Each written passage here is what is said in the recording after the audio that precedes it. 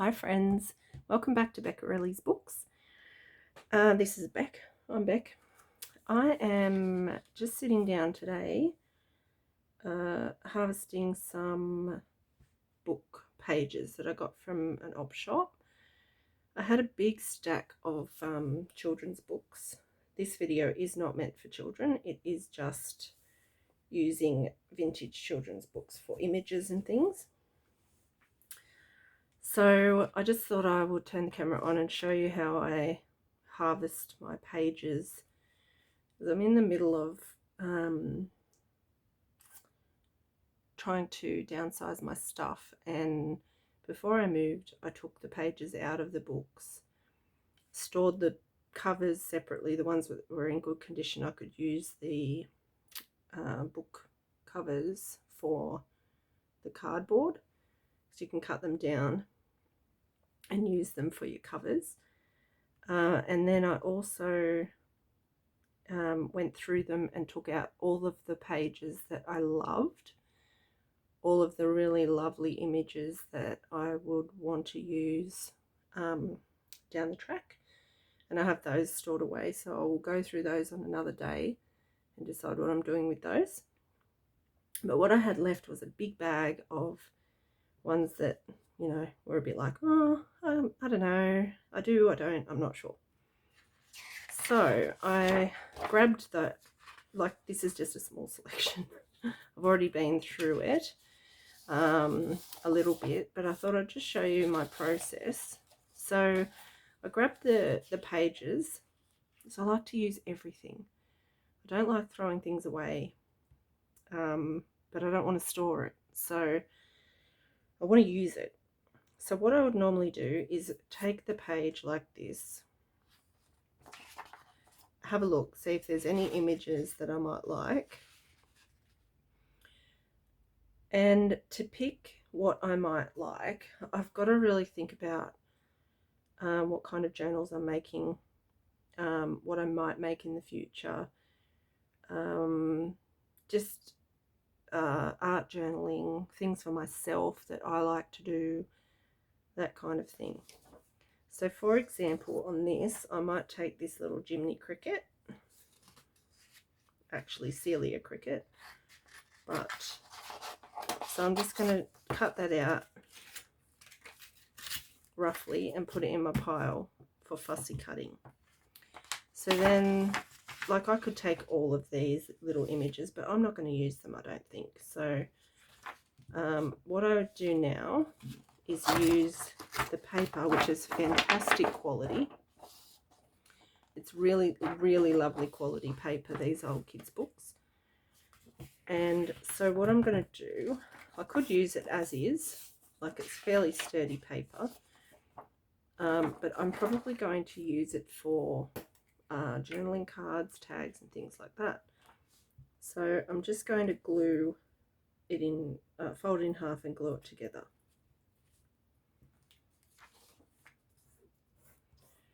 And that then becomes like fairly decent thickness. Like, it's not stupidly thick that's going to bulk out your journal too much, but it's good quality, good thickness for journaling cards or tags or any little thing that you want to do. So I go from harvesting the pictures, using the papers that are left over, and then as I am collecting this kind of scrap that's not really any good, I put this in a bag. If I'm in the mood, I might rip it up really small and pop it in a bag to use for recycled paper. I have a recycled paper kit. You know, you use a decal and a frame and pour your paper pulp in there. So you just keep all of your little bits and you recycle it. Oh, the other thing that I like to keep sometimes is, you probably can't see, is these little tear out pieces. because once you glue that down, that's interesting in a collage on the edge of a page. That becomes quite interesting once it's all glued down flat. It's just, to me anyway. I don't know if anyone else would find it interesting, but I do. So I try and keep anything like that I might find. I try and keep these pieces that I could use for backing tags. Sometimes you'll get images like this that, you know, that's the bottom of a bed.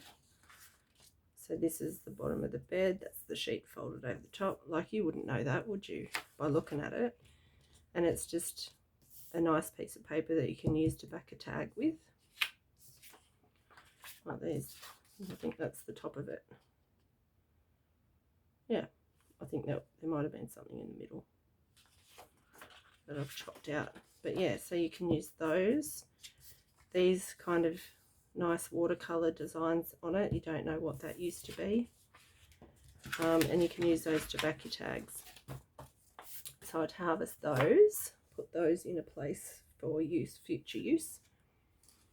Then I also take full-size pages like this that I don't particularly like the image for, you know, for use for a cover or a tag or something, like a focal point.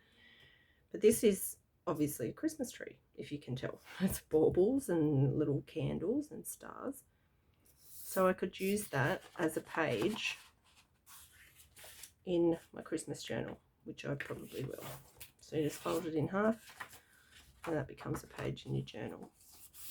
So I keep ones like that. Images like this I think are beautiful.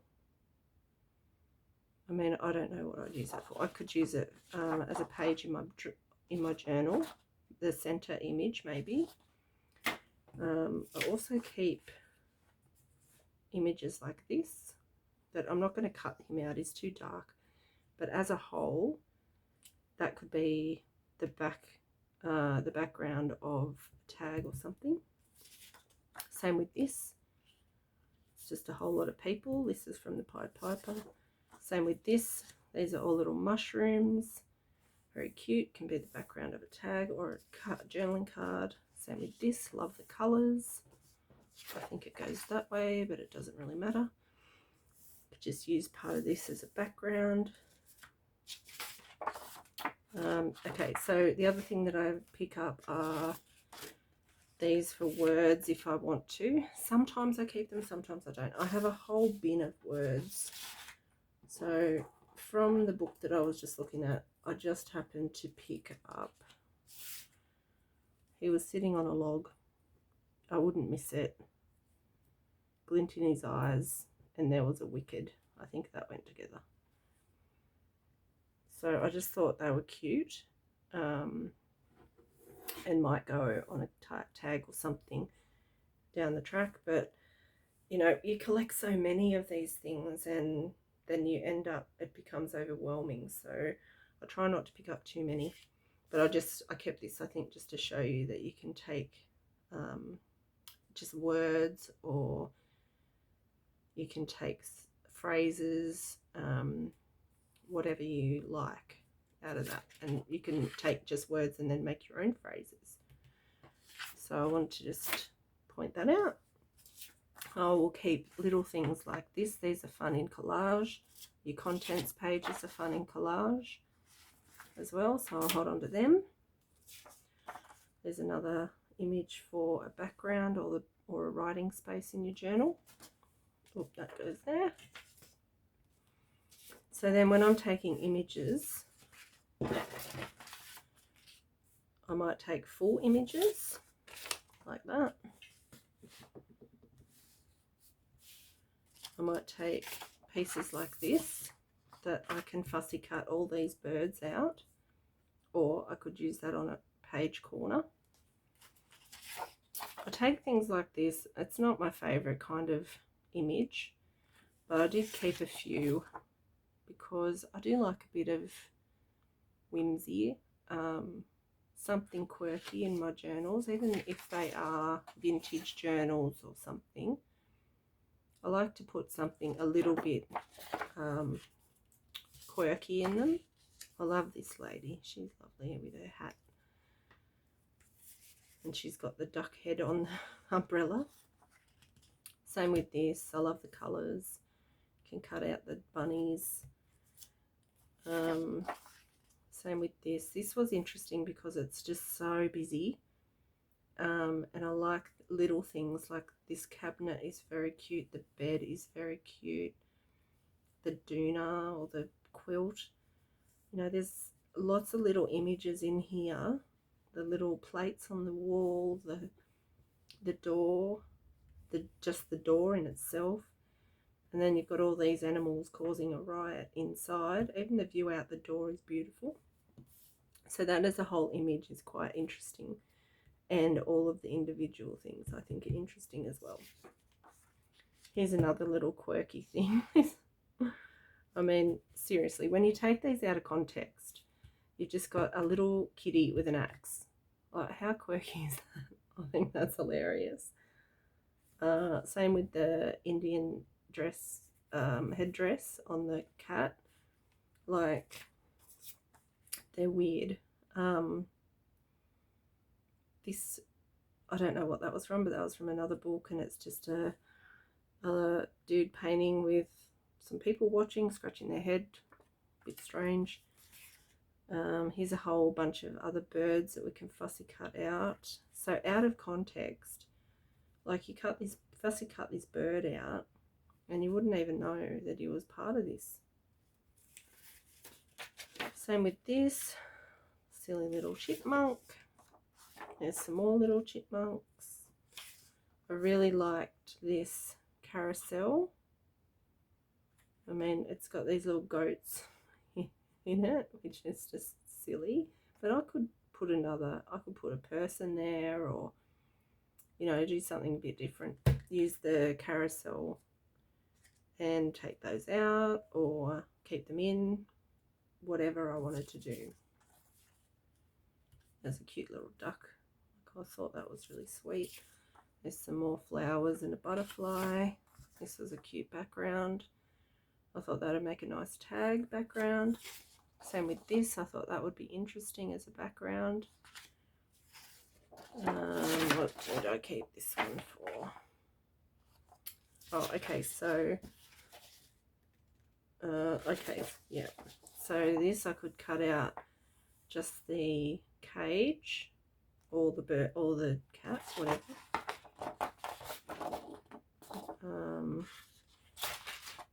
There's a cute little image. If you wanted to use the whole thing, you cut out the doll or the elephant. It's a little house. Take the ballerina. There's heaps of little people on this one. Alright, so I think that's the page that I stuck together.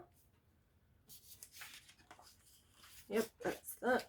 Okay, so yeah, as I said, once we've gotten through and gotten the big stuff like this, and then we can look at taking different parts of things, because I really liked the colours in that.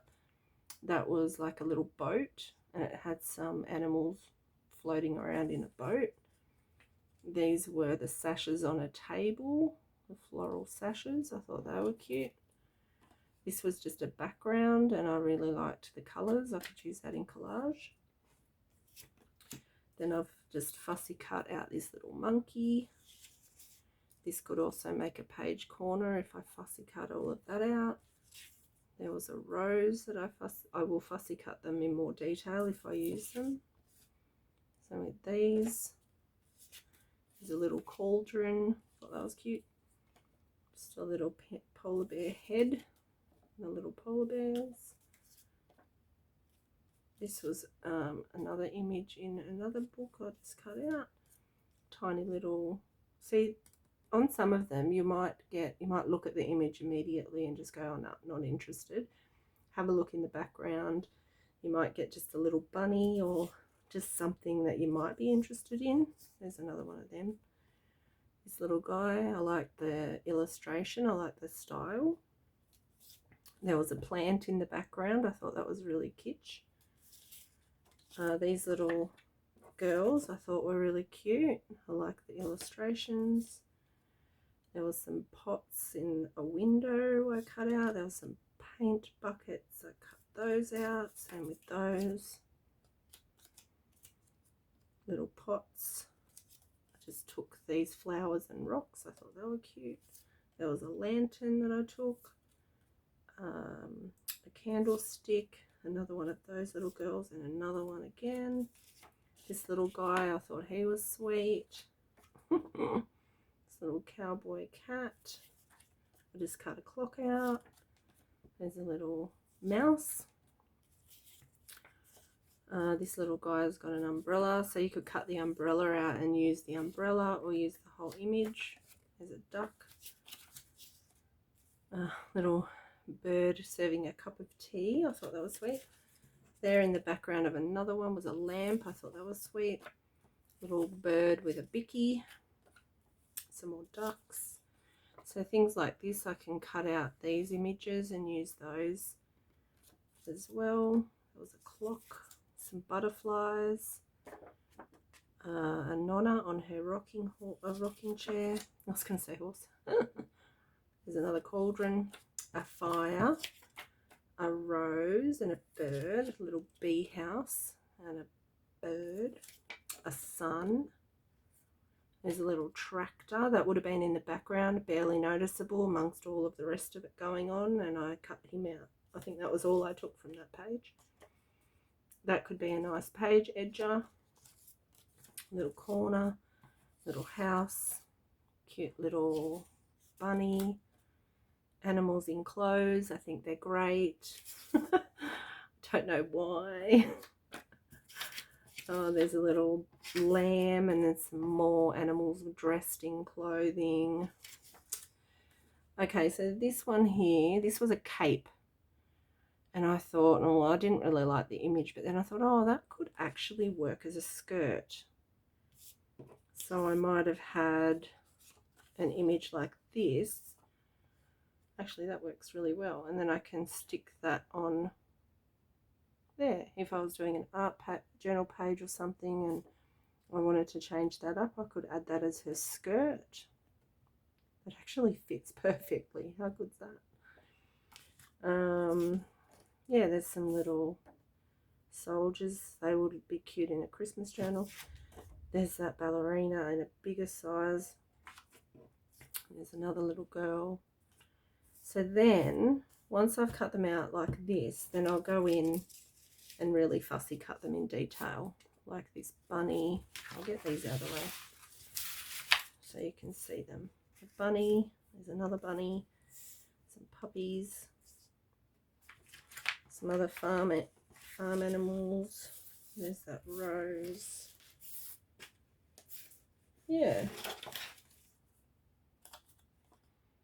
So from a book, I will get covers, I will get pages, I will get images, I will get journaling cards, I could get pockets. I could pretty much turn a whole book on its head and turn it into a junk journal without adding anything extra, and it would look completely different. I think I would add extra because I have it, but if you wanted to make a junk journal, you could literally do it using thrifted books, like a whole one book, turn it into a junk journal without doing an altered book, you know, take it apart and put it back together again. So yeah, I just thought I would share that with you, and I hope you enjoyed this video. Thanks for watching. See you later.